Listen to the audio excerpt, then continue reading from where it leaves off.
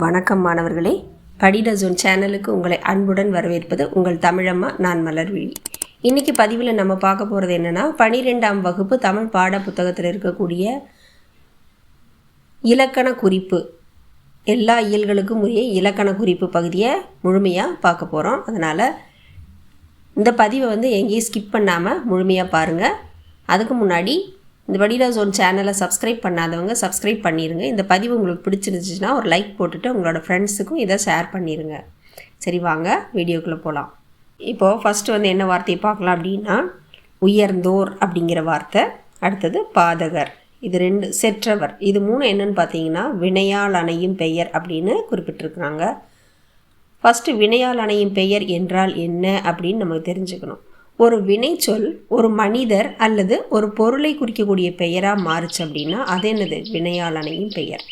அதாவது ஒரு வினைச்சொல் ஒரு மனிதர் அல்லது ஒரு பொருளை குறிக்கக்கூடிய பெயராக மாறினால் அதுதான் வினையால் அணையும் பெயர்.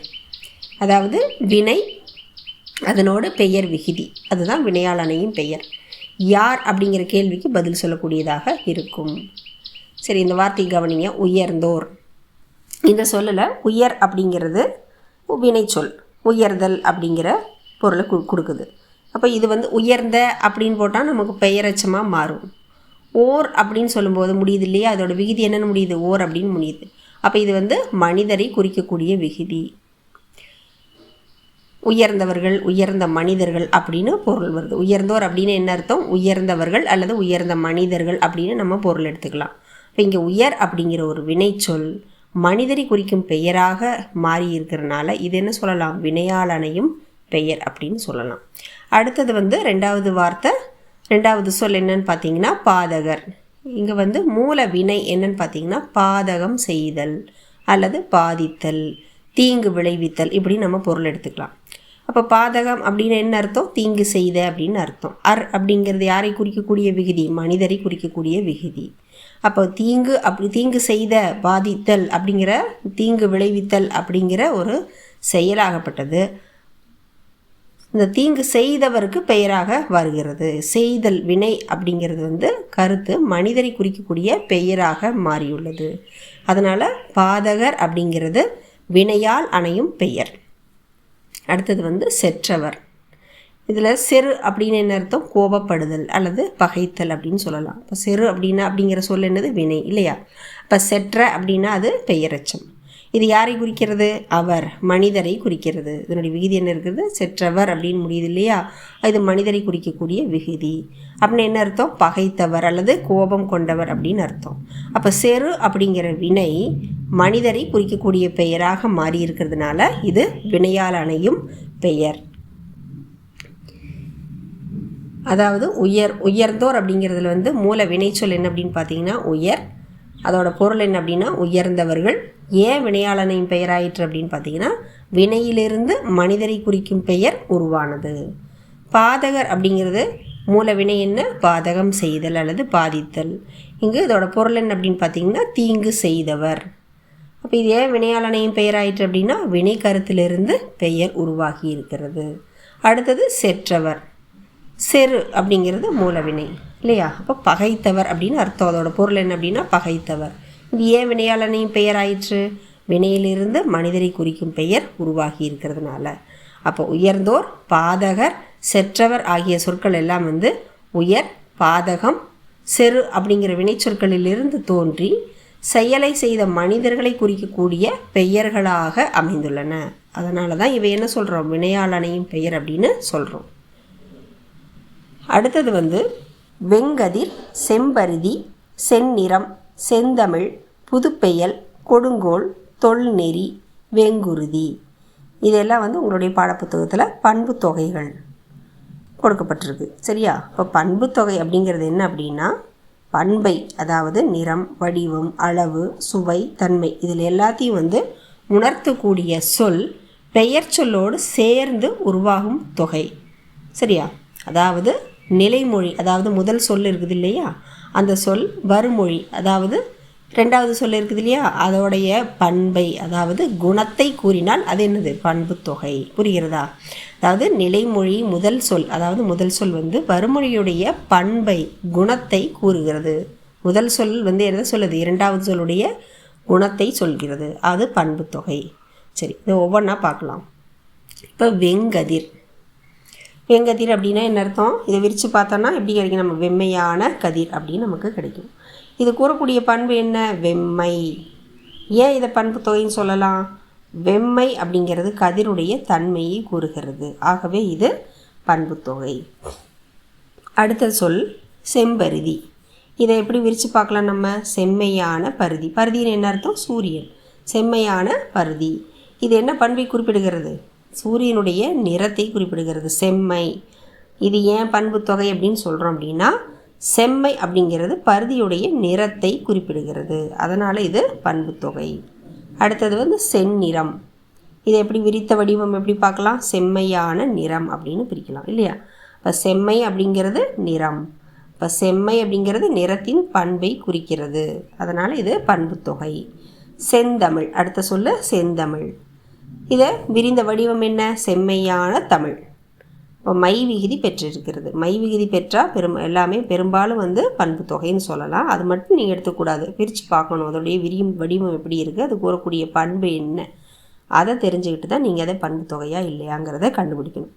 இப்போ செம்மை அப்படின்னு என்ன அர்த்தம், சிறப்பு அப்படின்னு அர்த்தம். இங்கே வந்து தூய்மை அப்படின்னு அர்த்தம் எடுத்துக்கலாம். அப்போ செம்மை அப்படிங்கிறது தமிழுடைய சிறப்பை கூறுகிறது, ஆகவே இது பண்புத்தொகை. அடுத்தது வந்து புதுப்பெயல்.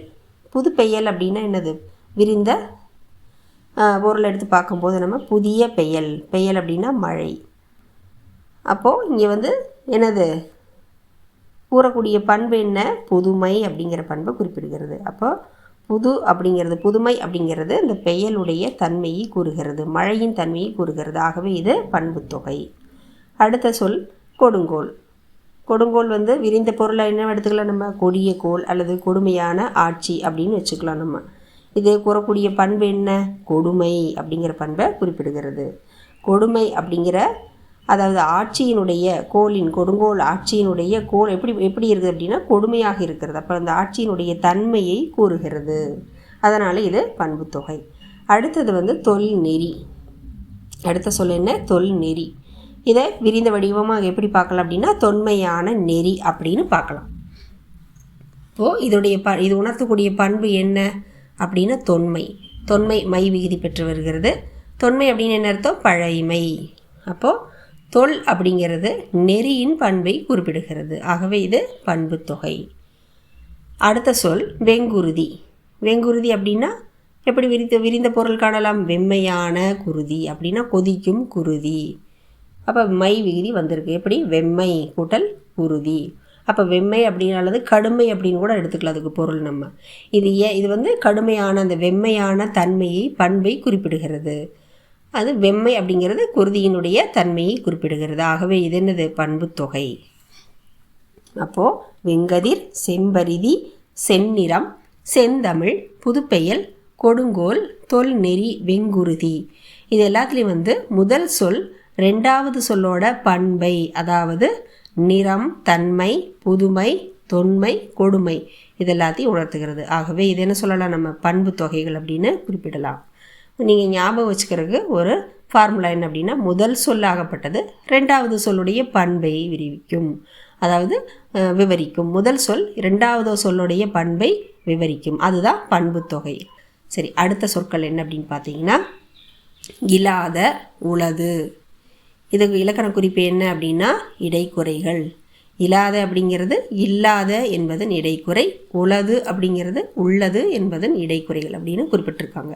எப்படி அப்படி சொல்லலாம், ஏன் அப்படி சொல்கிறோம் அப்படின்னா, இடைக்குறை என்றால் என்ன அப்படின்னு நம்ம தெரிஞ்சுக்கணும். முதல்ல ஒரு சொல்லோட இடையில் வரவேண்டிய எழுத்து அல்லது எழுத்துக்கள் குறைந்து அல்லது நீங்கி ஒரு புதிய சொல் உருவாகினா அதுதான் இடைக்குறை. ஒரு சொல்லோட இடையில் வரவேண்டிய எழுத்து அல்லது எழுத்துக்கள் வந்து குறைந்து அல்லது நீங்கி முற்றிலுமாகவே இல்லாமல் போய் ஒரு புதிய சொல் உருவாச்சு அப்படின்னா அதுக்கு பேர் தான் இடைக்குறை. புரியுதா? அதாவது சொல்லோட நடுவில் எழுத்து குறைதல், அதுதான் இடைக்குறை. இப்போ நமக்கு கொடுக்கப்பட்டிருக்க சொற்கள் என்னென்ன, இல்லாத, முதல் சொல் இல்லாத. இதனுடைய முழு வடிவம் என்ன, இல்லாத.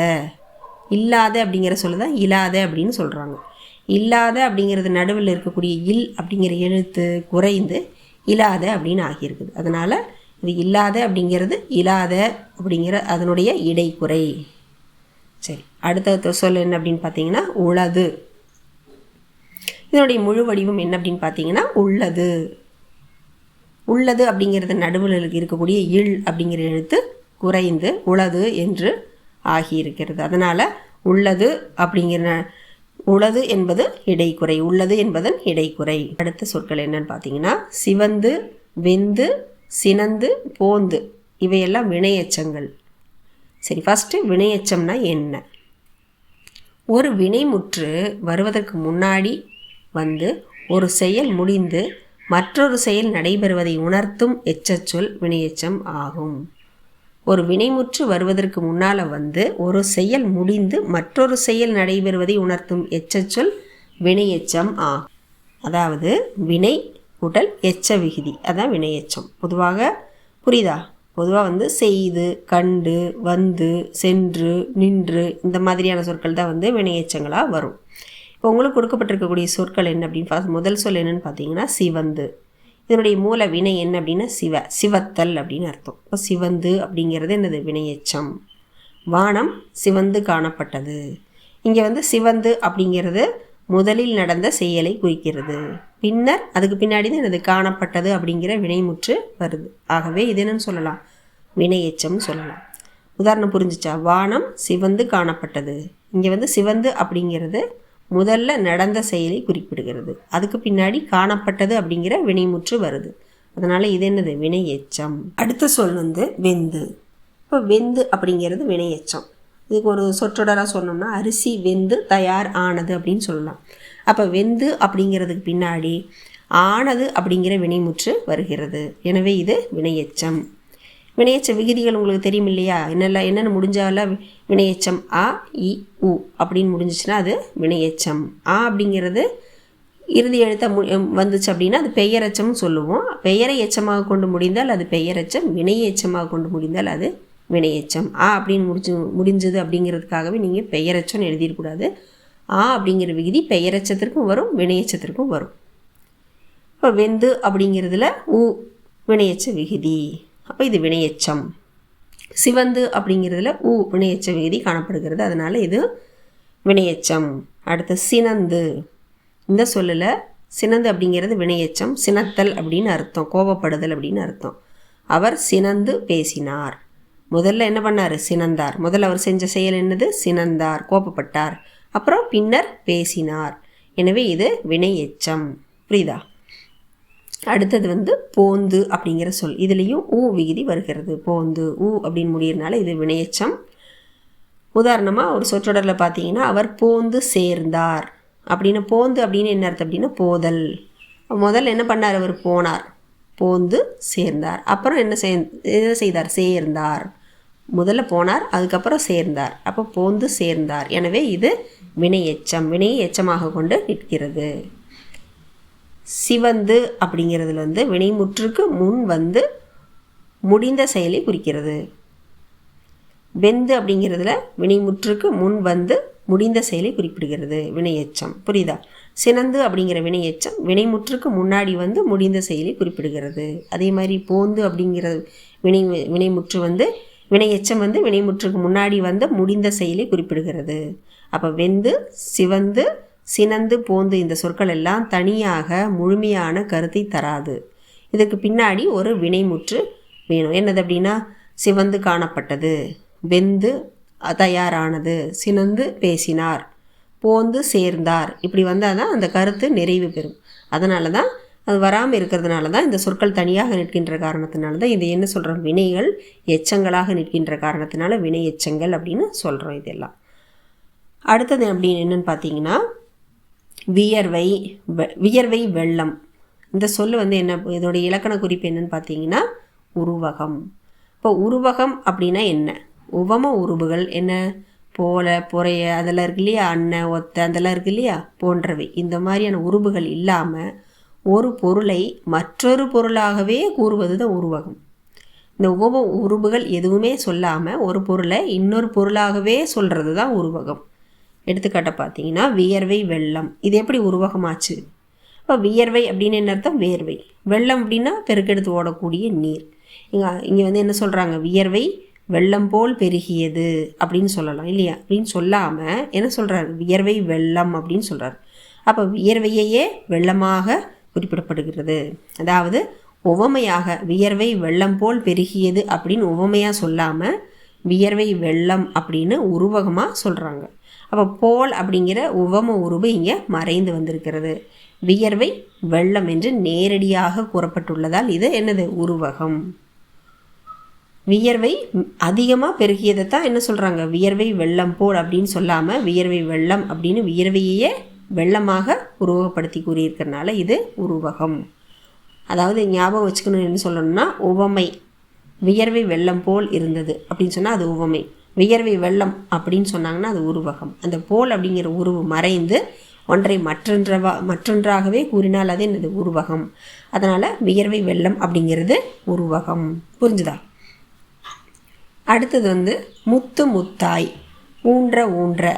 இந்த சொற்கள் இதற்கான இலக்கண குறிப்பு என்னன்னு பார்த்தீங்கன்னா அடுக்கு தொடர். இது எப்படி அடுக்கு தொடர்? ஃபஸ்ட்டு அடுக்கு தொடர்னா என்ன? ஒரே சொல் அல்லது அதே அடிச்சொல் வந்து தொடர்ச்சியாக அடுக்கி மீண்டும் மீண்டும் வந்தாலும் அது பிரித்தா பொருள் கொடுக்கும். அது அடுக்கு தொடர். இதனால் இது வந்து வலியுறுத்தல் அல்லது தொடர்ச்சி அல்லது மிகுதியான பொருள் வெளிப்படும். முத்து முத்தாய் இந்த சொல்ல பாருங்கள். முத்து அப்படிங்கிற சொல் மீண்டும் மீண்டும் 2 முறை வந்திருக்கு. இப்போ முத்து அப்படிங்கிற சொல் இரண்டாவது முத்தாய் அப்படிங்கிற அடிச்சொல்லிலிருந்து வந்தவை. ஒரே அடிச்சொல்லிருந்து அந்த 2 சொல்லுமே வந்திருக்கு. முத்து முத்தாய். இந்த முத்துக்களை போல ஒவ்வொன்றாக தொடர்ச்சியாக அப்படிங்கிற கருத்தை வலியுறுத்துகிறது. எனவே ஒரே அடிச்சொல் அடுக்கி வந்தால் அது என்னது? அடுக்கு தொடர். அடுத்தது வந்து அடுத்த சொல் என்ன? ஊன்ற ஊன்ற. ஊன்ற அப்படிங்கிற அதே சொல் வந்து தொடர்ந்து 2 முறை வந்திருக்கு. மீண்டும் மீண்டும் ஊன்றி தொடர்ச்சியாக ஊன்றி அப்படிங்கிற பொருளை இது கொடுக்குது. அப்போ ஒரே சொல் அடுக்கி வந்து பொருள் கொடுத்தா அது என்னது? அடுக்கு தொடர். முத்து அப்படிங்கிற அடிச்சொல் அடுக்கி வந்து ஒரு கருத்தை வலியுறுத்துது, பொருளை குறிப்பிடுகிறது. அதனால் இது அடுக்கு தொடர். ஊன்ற அப்படிங்கிற ஒரே சொல் தொடர்ச்சியாக வந்து பொருள் கொடுக்குது. அதனால் இது அடுக்கு தொடர். தனித்தனியாக வந்தாலும் பொருள் இருக்குது. 2 முறை வந்தாலும் பொருள் இருக்குது. அதனால் இது அடுக்கு தொடர். பாம்பு பாம்பு அப்படின்லாம் சொல்லுவாங்க இல்லையா? ஒரு தடவை பாம்புன்னு சொன்னாலும் பொருள் கிடைக்கும். 2 தடவை அவசரத்தில் சொல்லுவோம் இல்லையா? பயத்தில் சொல்லுவோம் இல்லையா? பாம்பு பாம்பு அப்படின்னு. அப்போ அது அடுக்கு தொடர். பிரித்தால் ஒரு முறை சொன்னாலே பொருள் இருக்கும். பிரித்த 2 தடவை வந்திருக்கிற அந்த சொல் ஒரு சொல்லை பொருள் கொடுக்கும். அதுதான் அடுக்கு தொடர். அப்போ முத்து முத்தாய் ஊன்ற ஊன்ற அப்படிங்கிறது பிரித்தாலும் பொருள் கொடுக்கின்றன. ஒரே அடிச்சொல்லிலிருந்து வந்த 2 சொற்கள் இல்லையா? அப்போ அது அடுக்கு தொடர். புரிஞ்சுதா? அடுத்தது வந்து வளையி. இந்த சொல்லுடைய இலக்கண குறிப்பு என்னன்னு பார்த்தீங்கன்னா சொல்லிசை அளபெடை. எப்படி சொல்லிசை அளபெடையாச்சு? முதல்ல சொல்லிசை அளபெடை என்றால் என்ன? ஒரு சொல்லின் இசை, அதாவது ஓசை இனிமையாக அமைய அந்த சொல்லிலேயே ஒரு உயிர் அல்லது உயிர்மெய் நீட்டித்து, அதாவது அளபெடுத்து வருவது சொல்லிசை அளபெடை ஆகும். இப்போ சொல்லிசை அளபெடைன்னு என்ன? ஒரு சொல்லோட ஓசை இனிமைக்காக அந்த சொல்லிலேயே ஒரு உயிர் அல்லது உயிர்மெய் எழுத்து நீடித்து, அதாவது அளபெடுத்து வருவது சொல்லிசை அளபெடை ஆகும். அதாவது சொல்லோட பொருள் வந்து மாறாது, ஓசை நயத்திற்காக ஒரு எழுத்து நீள்கிறது. சரி, வளையி அப்படிங்கிறது எப்படி அளபெடை, எப்படி சொல்லிசை அளபெடை அப்படின்னு பார்த்தீங்கன்னா இயல்பான சொல் என்ன? வளை. இந்த செய்யுள் வந்து ஓசை இனிமைக்காக யாப்பு முறையாக அமைய ஈ அப்படிங்கிற உயிர் எழுத்து அளபெடுத்து வந்திருக்குது. அப்போ வளை அப்படிங்கிற சொல்லு வளையி அப்படின்னு வந்திருக்கு. இங்கு பொருள் எதுவும் மாறல, ஆனால் இசை, அதாவது ஓசை நயத்திற்காக மட்டுமே கூடுதலாக அந்த ஈ அப்படிங்கிற எழுத்து அளபெடுத்து வந்திருக்குது. எனவே இது என்ன சொல்கிறாங்க? சொல்லிசை அளபெடை அப்படின்னு சொல்கிறாங்க. இப்போ வளை அப்படிங்கிற சொல்லில் செய்யுளோட ஓசை இனிமையாக அமைகிறதுக்காக ஈ அப்படிங்கிற உயிர் எழுத்து அளபெடுத்து வளையி அப்படின்னு வந்திருக்கு. இந்த சொல்லோட இசை நயத்திற்காக ஏற்பட்ட இந்த அளபெடையால் வளையி அப்படிங்கிறது சொல்லிசை அளபெடைன்னு சொல்லலாம். அடுத்த சொற்கள் என்னென்னு பார்த்தீங்கன்னா பொய்யா, முயலா. இந்த 2 சொற்கள் என்னென்னு பார்த்தீங்க, இதோட இலக்கண குறிப்பு என்னென்னு பார்த்தீங்கன்னா ஈறுகட்ட எதிர்மறை பெயரெச்சம். சரி, எதிர்மறை பெயரெச்சம் அப்படின்னா என்ன? ஒரு பெயர் சொல்லோட செயல் நடைபெறவில்லை அப்படிங்கிறத உணர்த்தி அந்த பெயர் சொல்ல அடையாக வரும் சொல் வந்து எதிர்மறை பெயரெச்சம். அதாவது ஒரு பெயர் சொல்லுடைய செயல் நடைபெறவில்லை அப்படிங்கிறத நமக்கு உணர்த்தி அந்த பெயர் சொல்லை அடையாக வரும் சொல் எதிர்மறை பெயரெச்சம். உதாரணமாக ஓடாத குதிரை, பேசாத மாணவன்.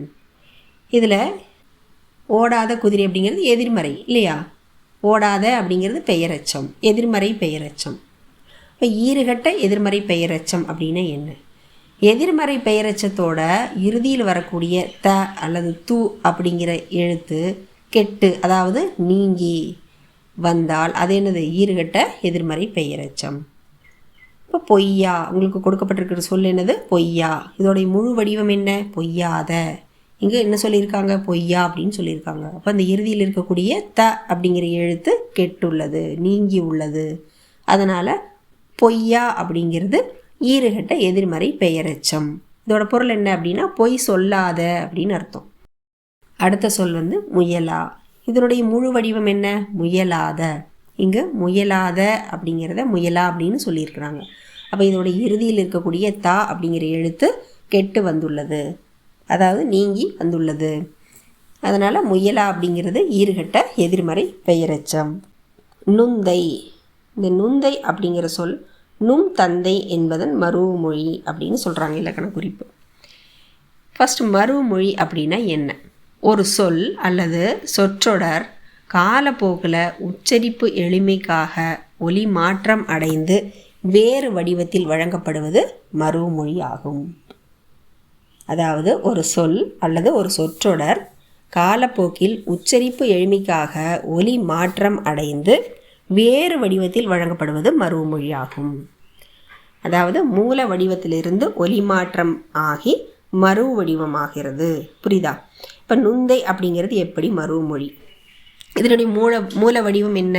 நுந்தை அப்படிங்கிறதுடைய மூல வடிவம் என்ன அப்படின்னு பார்த்தீங்கன்னா நும் கூட்டல் தந்தை. இதை சேர்த்து உச்சரிக்கும் போது தொடர்ந்து சொல்லும்போது நும் தந்தை அப்படிங்கிறது ஒலி மாற்றம் பெற்று என்னாகிறது? நுந்தை அப்படின்னு மருவி வழங்கப்படுகிறது. அதாவது நும் மற்றும் தந்தை ஆகிய இந்த ரெண்டு சொற்கள் சேரும்போது நடுவில் உள்ள ஒலிகள் சுருங்கி, அதாவது மருவி நுந்தை அப்படிங்கிற ஒரு புதிய உச்சரிப்பு உருவாகி இருக்குது. இது வந்து இலக்கண விதிப்படி உருவாக்கப்பட்ட புதிய சொல் கிடையாது. வழக்கில், பேச்சு வழக்கில் மருவி வந்த வடிவம். அதனால் இது என்னன்னு சொல்கிறாங்க? மருவமொழி அப்படின்னு சொல்கிறாங்க. இப்போ நும் தந்தை என்ற சொற்றொடர் காலப்போக்கில் உச்சரிப்பு எளிமைக்காக ஒலி மாற்றம் பெற்று நுந்தை அப்படின்னு மருவி வழங்கப்படுகிறது. அதனால தான் இது நுந்தை அப்படிங்கிறது நும் தந்தை என்பதன் மருவமொழி. அடுத்தது வந்து ஆடலும் பாடலும். இதனுடைய இலக்கண குறிப்பு என்ன? எண்ணும்மை. எண்ணும்மைனா என்ன?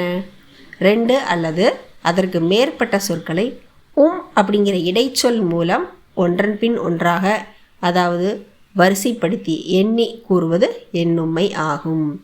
ரெண்டு அல்லது அதற்கு மேற்பட்ட சொற்களை வந்து அப்படிங்கிற இடைச்சொல் மூலமாக ஒன்றுக்கு பின்னாடி ஒன்றா வரிசைப்படுத்தி கூறுவது தான் எண்ணும்மை. சரி, இந்த ஆடலும் பாடலும் அப்படிங்கிற சொல் எப்படி எண்ணும்மை ஆயிற்று? இங்கே ரெண்டு சொற்கள் இருக்குது. ஒன்று ஆடல், மற்றொன்று பாடல். இந்த ரெண்டுலேயும் அப்படிங்கிறத சேர்த்தி ஆடலும் பாடலும் அப்படின்னு வந்திருக்கு. ஆடல் கூட்டல் ஆடலும், பாடல் கூட்டல் பாடலும்.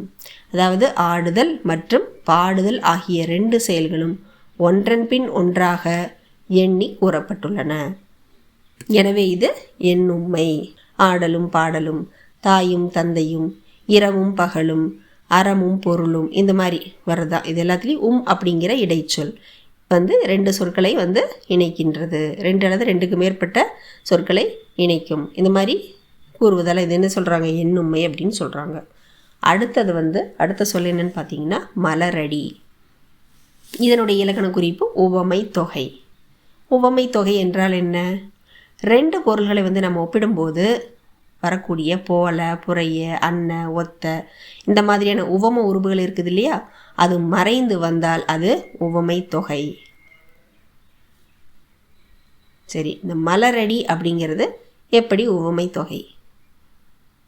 இதனுடைய விரிவு என்ன? மலர் போன்ற அடி அல்லது மலரை போன்ற அடி. இங்கு உவமேயம் அடி, உவமானம் மலர். அப்போ மறைந்துள்ள உவம உருபு போன்ற அல்லது போல, அதாவது மலர் போன்ற அடி, மலரடி. அப்போ போன்ற அப்படிங்கிற உவம உருபு மறைந்து வந்துள்ளது. எனவே இது என்னது? உவமை தொகை. மலரடி அப்படிங்கிறது மலர் போன்ற அடி என்று விரியும். இதில் போன்ற அப்படிங்கிற உவம உருபு மறைந்து வந்துள்ளதால் இது என்னது? உவமை தொகை. மலரடி மலர் போன்ற அடி, உவம உருபு மறைந்துள்ளது, உவமை தொகை. இதே முறையில் மலர்கண், முத்துப்பல் இதெல்லாம் சொல்லலாம். மலர்கண் அப்படின்னா மலர் போன்ற கண், முத்துப்பல் அப்படின்னு முத்து போன்ற பல். இதில் போன்ற அப்படிங்கிற உவம உருபு மறைந்திருப்பதால் அவையும் உவமை தொகை. அடுத்து என்னென்னு பார்த்தீங்கன்னா வளர்தலம். இந்த சொல்லுடைய இலக்கண குறிப்பு வினைத்தொகை. இப்போ வினைத்தொகை அப்படின்னா என்ன? வினைச்சொல் ஒன்று பெயர் சொல்லோடு சேர்ந்து காலத்தை வெளிப்படையாக காட்டாமல் தொகையாக வருவது வினைத்தொகை. ஒரு வினைச்சொல் பெயர் சொல்லோடு சேர்ந்து காலம் காட்டாமல், காலத்தை வெளிப்படையாக காட்டாமல் தொகையாக வருவது வினைத்தொகை. புரியுதா? அதாவது வினை கூட்டல் பெயர் ரெண்டும் சேர்ந்துச்சுன்னா அது வினைத்தொகை. வளர்தலம், இது எப்படி வினைத்தொகை? வளர் அப்படிங்கிறது வினைச்சொல், தலம் அப்படிங்கிறது ஒரு இடத்தினுடைய பெயர் சொல். இது ரெண்டு இணைந்து வளர் கூட்டல் தலம் வளர்தலம் அப்படின்னு வந்திருக்கு. இதோடைய பொருள் என்ன? வளரும் தலம், வளர்கின்ற தலம், வளர்ந்த தலம். சூழலுக்கு ஏற்ப நம்ம பொருள் எடுத்துக்கலாம். இங்கே வளர் அப்படிங்கிற வினைச்சொல் கால உருவு இல்லாமல் நேரடியாக தலம் அப்படிங்கிற பெயர் சொல்லோடு சேர்ந்திருக்கின்றது. அதனால் இது வினைத்தொகை. வளரும் தலம், வளர்கின்ற தலம், வளர்ந்த தலம் அப்படின்னு சொல்லாமல் காலத்தை காட்டாமல், நேரடியாக காட்டாமல் தலம் அப்படிங்கிற பெயர் சொல்லோடு வளர் அப்படிங்கிற வினைச்சொல் சேர்ந்திருக்குது. அதனால் இது வினைத்தொகை. சரி, அடுத்த சொல் மாமயிலை. இதனுடைய இலக்கண குறிப்பு உரிச்சொல், உரிச்சொற்றொடர். எப்படி இது உரிச்சொற்றொடர்? ஃபஸ்ட்டு உரிச்சொல் அப்படின்னா என்ன? ஒரு பொருளுடைய பண்பு, பெருமை, மிகுதி, சிறப்பு இது எல்லாத்தையும் உணர்த்தி வரக்கூடிய சொல் உரிச்சொல். ஒரு பொருளுடைய பண்பு, பெருமை, மிகுதி, சிறப்பு இது எல்லாத்தையும் உணர்த்தி வரக்கூடிய சொல் உரிச்சொல். சரி, இந்த மா மயிலே அப்படிங்கிற சொல் எப்படி உரிச்சொல்லாச்சு? மா அப்படின்னா உரிச்சொல். எப்பவுமே மா அப்படின்னு தான் தொடங்கும். மாமலை அப்படின்னு அந்த மாதிரி வர்றது எல்லாமே உரிச்சொல், உரிச்சொற்றொடர்னு எழுதிடலாம். மயிலை அப்படிங்கிறது பெயர் சொல். மா அப்படிங்கிற உரிச்சொல் பெரிய, சிறந்த, மிகுந்த அப்படிங்கிற பொருளை கொடுக்குது. அதனால் மா கூட்டல் மயிலை, மா மயிலை அப்படிங்கிறது பெரிய மயிலை, சிறந்த மயிலை அப்படிங்கிற பொருளை தருகிறது. இங்கே மா அப்படிங்கிறது மயில் அப்படிங்கிற பெயர் சொல்லுடைய பெருமை அல்லது சிறப்பை புலப்படுத்தும் உரிச்சொல். ஆகவே உரிச்சொல் கூட்டல் பெயர் சொல் இணைந்து வந்ததால் மா மயிலை அப்படிங்கிறது உரிச்சொற்றொடர் ஆகிற்று. சரியா? அடுத்தது உன்னலீர். இந்த சொல்லுடைய இலக்கண குறிப்பு முன்னிலை பன்மை வினைமுற்று. சரி, வினைமுற்றுனா என்ன? ஒரு செயல் காலத்துடன் முழுமையான பொருளை தரும் வினைச்சொல் வினைமுற்று ஆகும். ஒரு செயல் காலத்துடன் முழுமையான பொருளை தரும் வினைச்சொல் வினைமுற்று ஆகும். இப்போ முன்னிலைனா என்ன? முன்னிலை அப்படிங்கிறது எதிரில் இருக்கிறவங்களை குறிப்பிடுது. நீ அல்லது நீங்கள் அப்படின்னு சொல்லும் இல்லையா, அது முன்னிலை ஒருமை. நீ அப்படிங்கிறது முன்னிலை ஒருமை, நீங்கள் அப்படிங்கிறது முன்னிலை பன்மை. சரி, உன்னலீர் அப்படிங்கிறது எப்படி முன்னிலை பன்மை வினைமுற்று? இதை பகுத்து பார்த்தோம்னா உன்னல் இதோட வினையடி, இதை உன்னல் அப்படிங்கிறது வினையடி, அடிச்சொல், வேர்ச்சொல். அப்படின்னு என்ன அர்த்தம்? உண்ணுதல். உண்ணுதல் அப்படின்னு என்ன அர்த்தம்? நினைத்தல். இர் அப்படிங்கிறது முன்னிலை பன்மை வினைமுற்று விகுதி. அதாவது உன்னல் கூட்டல் இர், உன்னலிர். இதோட பொருள் என்ன அப்படின்னா நீங்கள் நினைப்பீர்கள் அல்லது நீங்கள் நினையுங்கள். பாடல் மற்றும் இலக்கிய சூழலுக்கு ஏற்ப பொருள் அமையும். இர் அப்படிங்கிற விகுதி முன்னிலையில் உள்ள பலரை, அதாவது நீங்கள், உங்களை குறிக்கிறது. அப்புறம் சொல் முழுமையான கருத்தையும் தருகிறது. அதனால் இது என்னது? வினை முற்று. உன்னலீர் அப்படிங்கிறதுல இர் அப்படிங்கிறது முன்னிலை பன்மையை உணர்த்தும் வினைமுற்று விகுதி. இது முன்னிலையில் இருக்கக்கூடிய பலரை குறித்து செயலை முழுமையாக உணர்த்துது. அதனால் உன்னலீர் அப்படிங்கிறது முன்னிலை பன்மை வினைமுற்று. அடுத்த சொல் என்னன்னு பார்த்தீங்கன்னா ஓர்மின். இதோட இலக்கண குறிப்பு என்ன? ஏவல் பன்மை வினைமுற்று. சரி, ஏவல் வினைமுற்று என்றால் என்ன? ஒருவரையோ பலரையோ ஒரு செயலை செய்யுமாறு கட்டளை அல்லது அறிவுரை அல்லது வேண்டுகோள் அல்லது அறிவுறுத்தல் அந்த வடிவத்தில் கூறக்கூடிய வினைமுற்று ஏவல் வினைமுற்று. ஓர்மின் அப்படிங்கிறது எப்படி? ஏவல் பன்மை வினைமுற்று. இதை பகுத்து பார்த்தோம்னா ஓர், இதுதான் வினையடி. ஓர்தல் அப்படின்னு என்னது? நினைத்தல் அல்லது சிந்தித்தல். மின் அப்படின்னு என்ன அர்த்தம்? ஏவல் பன்மை விகுதி. அதாவது ஓர் கூட்டல் மின், ஓர் மின். இதோட பொருள் நீங்கள் நினையுங்கள் அல்லது நீங்கள் சிந்தியுங்கள். இங்கு மின் அப்படிங்கிற விகுதி ஒருத்தருக்கு அல்ல, பலருக்கு கூறப்படக்கூடிய ஏவல் அல்லது கட்டளைன்னு சொல்லலாம், அல்லது அறிவுரைன்னு வச்சுக்கலாம். அதை உணர்த்துகிறது. அதனால் இது ஏவல் பன்மை வினைமுற்று. ஓர் மின் அப்படிங்கிறதுல ஓர் அப்படிங்கிறது வினையடி, மின் அப்படிங்கிறது ஏவல் பன்மை வினைமுற்று விகுதி. இப்போ மின் விகுதி பலருக்கு பலருக்கு அதாவது கட்டளை அறிவுரை அந்த அர்த்தத்தில் உணர்த்துவதால் ஓர்மின் அப்படிங்கிறது ஏவல் பன்மை வினைமுற்று ஆகும். சரியா? உதாரணமாக வேறு சொற்கள் பார்த்தீங்கன்னா கேள்மின், பார்மின். கேள்மின் அப்படின்னா நீங்கள் கேளுங்கள். பார்மின் அப்படின்னு பார்த்தீங்கன்னா நீங்கள் பாருங்கள். ஓர்மின் அப்படின்னா நீங்கள் நினையுங்கள், சிந்தியுங்கள் அப்படின்னா. அப்போ எனவே ஓர்மின் அப்படிங்கிறது என்னது? ஏவல் பன்மை வினைமுற்று. அடுத்தது சொற்ற, திருந்திய. இதனுடைய இலக்கண குறிப்பு என்னன்னு பார்த்தீங்கன்னா பெயரெச்சம். பெயரெச்சம்னா என்ன? ஒரு வினைச்சொல் ஒரு பெயர் சொல்லை அடையாக, அதாவது அதனுடைய விளக்கமாக வந்து அதன் பண்பை அல்லது நிலையை உணர்த்தினால் அது பெயரெச்சம். அதாவது ஒரு வினைச்சொல் ஒரு பெயர் சொல்லை விளக்கமாக அடையாக வந்து அதன் பண்பை அல்லது நிலையை உணர்த்தினால் அது பெயரெச்சம். அதாவது வினை கூட்டல் பெயரெச்ச விகுதி பெயரெச்சம். பெயரெச்சம் எப்பவுமே ஒரு பெயர் சொல்லை தழுவித்தான் வரும். சொற்ற, இது ஆ விகுதி பெற்று வரும். இப்போ சொற்ற அப்படிங்கிறதுல பார்த்தீங்கன்னா இதோடைய மூல வினை என்ன? சொல்தல். சொல் அப்படிங்கிறது சொல்லுதல். அதாவது ஒரு சொல் முடியாமல் அரைகுறையாக இருக்கிறது எச்சம். நடந்த அப்படிங்கிற சொல்ல பாருங்கள், இதில் நடந்தான், நடந்தாள், நடந்தது அப்படின்னு முடிஞ்சிருக்கணும். ஆனால் இச்சொல் என்ன எப்படி இருக்குது? நடந்த அப்படின்னு முடியுது, முடிவடையாமல் நிற்கிறது. இது எச்சம். இப்போ நடந்த பொன்னி அப்படின்னு சொல்லணும். இந்த மாதிரி பெயர் சொல்லோட முடிய வேண்டும். எனவே இது பெயரெச்சம் அப்படின்னு சொல்லுவோம். இப்போ சொல்லோட முடிவில் நடந்த அப்படிங்கிற எழுத்து இருக்குது இல்லையா? த அப்படின்னு முடியுது, ஈத்து கூட்டல் ஆண் பிடிப்போம் இல்லையா? அது ஆ அப்படின்னு முடிஞ்சால் அது பெயரெச்சம். பெயரெச்சத்துக்கு ஆ விகுதி மட்டும்தான் இருக்குது. இந்த ஆ விகுதி வினையெச்சத்திற்கும் வரும். பெயரை எச்சமாக கொண்டு முடிந்தால் அது பெயரெச்சம், வினையை எச்சமாக கொண்டு முடிந்தால் அது வினையெச்சம். இப்போ நமக்கு கொடுக்கப்பட்டிருக்கக்கூடிய சொல் என்னன்னு பார்த்தீங்கன்னா சொற்ற. இதோடைய பெயரெச்ச வடிவம் என்னது?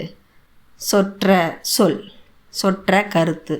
இப்போ சொற்ற அப்படிங்கிறது எப்படிப்பட்ட சொல் அப்படிங்கிற கேள்விக்கு விடையாக இருக்குது. பின்னால் வரக்கூடிய பெயர் சொல்லை விளக்குகிறது. அதனால் இது பெயரெச்சம். சொற்ற சொல், சொற்ற கருத்து அப்படின்னு. சொற்ற அப்படின்னா சொல்லுதல், சொன்ன கருத்து, சொன்ன சொல் அப்படின்னு அர்த்தம். ஆ விகுதியும் பெற்றிருக்குது. அதனால் இது பெயரெச்சம். அடுத்தது திருந்திய. இந்த சொல்லை உச்சரித்து பாருங்கள். இறுதி எழுத்து ஈ யகரமே கூட்டல் ஆ. இப்போ ஆ அப்படின்னு முடிஞ்சிருக்கு இல்லையா? பெயரெச்சம். திருந்திய, திருந்திய மாணவன், அப்படி திருந்திய மனிதன், திருந்திய வாழ்க்கை, இப்படி சொல்லாமல் இல்லையா? அப்போ பெயரை எச்சமாக கொண்டு நிற்கிறது. இது திருந்திய வாழ்க்கை, திருந்திய மனிதன். இங்கு திருந்திய அப்படிங்கிறது எப்படிப்பட்ட வாழ்க்கை, திருந்திய மனிதன் இதில் எப்படிப்பட்ட மனிதன் அப்படிங்கிற கேள்விக்கு விடையாக இருந்து அந்த பெயர் சொல்லை விளக்குகிறது. அதனால் இது என்ன சொல்கிறோம்? பெயரெச்சம் அப்படின்னு சொல்கிறோம். இப்போ சொற்ற அப்படின்னா சொல் அப்படின்னு அர்த்தம். பின்னால் வரக்கூடிய பெயர் சொல்லை விளக்குவதனால இது பெயரெச்சம். திருந்திய அப்படிங்கிறதுக்கு மூலவினை என்ன அப்படின்னு பார்த்தீங்கன்னா திருந்து. இது பின்னால் வரக்கூடிய பெயர் சொல்லை விளக்குவதால் இது பெயரெச்சம். சொற்ற சொல் அப்படின்னா சொற்ற அப்படிங்கிறது சொல் அப்படிங்கிற பெயர் சொல்லை விளக்குகிறது.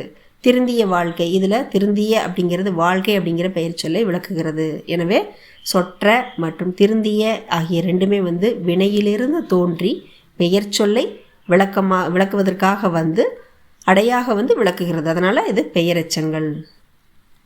சரி, அடுத்தது அம்ம. இதனுடைய இலக்கண குறிப்பு அசைநிலை. அசைநிலைனா என்ன? தனியாக குறிப்பிட்ட எந்த ஒரு பொருளையும் தராமல் செய்யுளில் ஓசை நிறைவடைய வரக்கூடிய சொல் அசைநிலை. எந்த ஒரு பொருளும் தராமல் ஓசை நிறைவடைவதற்காக வரக்கூடிய சொல். ஓசை இனிமைக்காக அல்ல, ஓசை நிறைவடைய வருவது அசைநிலை. அதாவது அசைநிலை சொல் தனியாக பொருள் தராது, ஓசை நயத்திற்காக மட்டும் வரும், நிறைவடைவதற்காக மட்டும் வரும். அம்ம அப்படிங்கிறது எப்படி அசைநிலை? சங்க இலக்கியங்களில் அம்ம வாழி தோழி அப்படின்னு படிச்சிருப்பீங்க. இந்த தொடரில் அம்ம அப்படிங்கிறது தனியாக எந்த ஒரு பொருளையும் குறிப்பிடவில்லை. இங்கே அம்மை அப்படிங்கிறது யாரையும் குறிப்பிடவில்லை, ஒரு செயலை குறிப்பதும் இல்லை. இப்போ செய்யுளுடைய அசை மற்றும் ஓசை நிறைவுக்காக மட்டுமே வந்திருக்குது. எனவே இது என்னது? அசைநிலை. அம்மை அப்படிங்கிறது தனியாக குறிப்பிட்ட பொருள் தராமல் செய்யுளுடைய அசை மற்றும் ஓசை நிறைவடைய மட்டுமே வந்துள்ளது. எனவே இது அம்மை அப்படிங்கிறது அசைநிலை. அம்மைங்கிறது தனிப்பொருள் இல்லை, ஓசைக்காக, செய்யுளுடைய ஓசைக்காக மட்டுமே வந்துள்ளது. அதனால் இது அசைநிலை. அடுத்தது உண்டல், துஞ்சல். இதனுடைய இலக்கண குறிப்பு தொழில் பெயர். இது எப்படி தொழில் பெயர்? தொழில் பெயர்னா என்ன? ஒரு வினைச்சொல் அந்த செயலை பெயராக உணர்த்தும் வகையில் மாறினால் அது தொழில் பெயர்.